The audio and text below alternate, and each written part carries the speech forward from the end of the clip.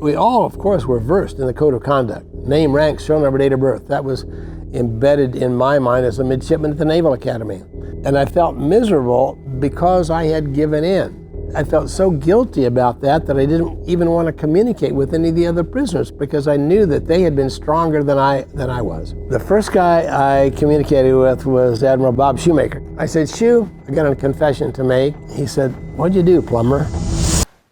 I said, I broke. I tried to be strong, but I broke. The torture was too great. He said, hell, everybody broke. There's not a man in this prison camp who was as strong as he wanted to be. So pull up your big boy pants. We've got a war to fight. I am retired Navy Captain Charlie Plumb, call sign Plumber. Could have been Maverick, but was Plumber.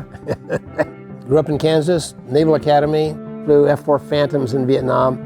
Shot down on my 75th combat mission, 5 days before the end of my tour, and spent nearly 6 years in communist prison camps.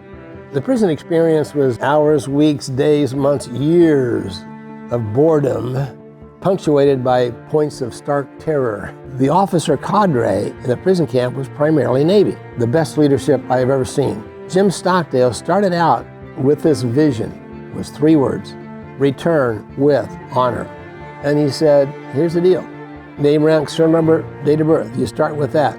And then as the pain gets too great, give in a little bit at a time and lie to them. When you come back from a torture session, communicate with the rest of us and let us all know what questions they asked, what answers you made, how it all happened. Well, it was brilliant because not only did that put out the news of everybody what the torture sessions were going to be like, but it also relieved the person who was tortured of those feelings of guilt. Now we're functioning as a unit here. And it turned the whole thing around from being on the defensive to suddenly being on the offensive, having some meaning to our life.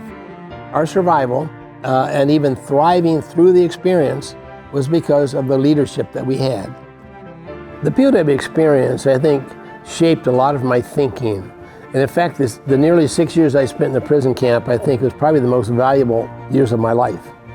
I learned an awful lot there. Taught me a lot about forgiveness. And I found that forgiveness is not just a good Christian principle, it's a survival principle. Once I digested that thought, I'm thinking, all this vitriol within me wasn't hurting the enemy, it was hurting me. And so you go through these experiences, and if you can look back on the experience and pick out the positive part, the most negative experience in life, I'm convinced, has the positive part. And the key is to figure it out. And so I challenged myself to find value in adversity. And I find it.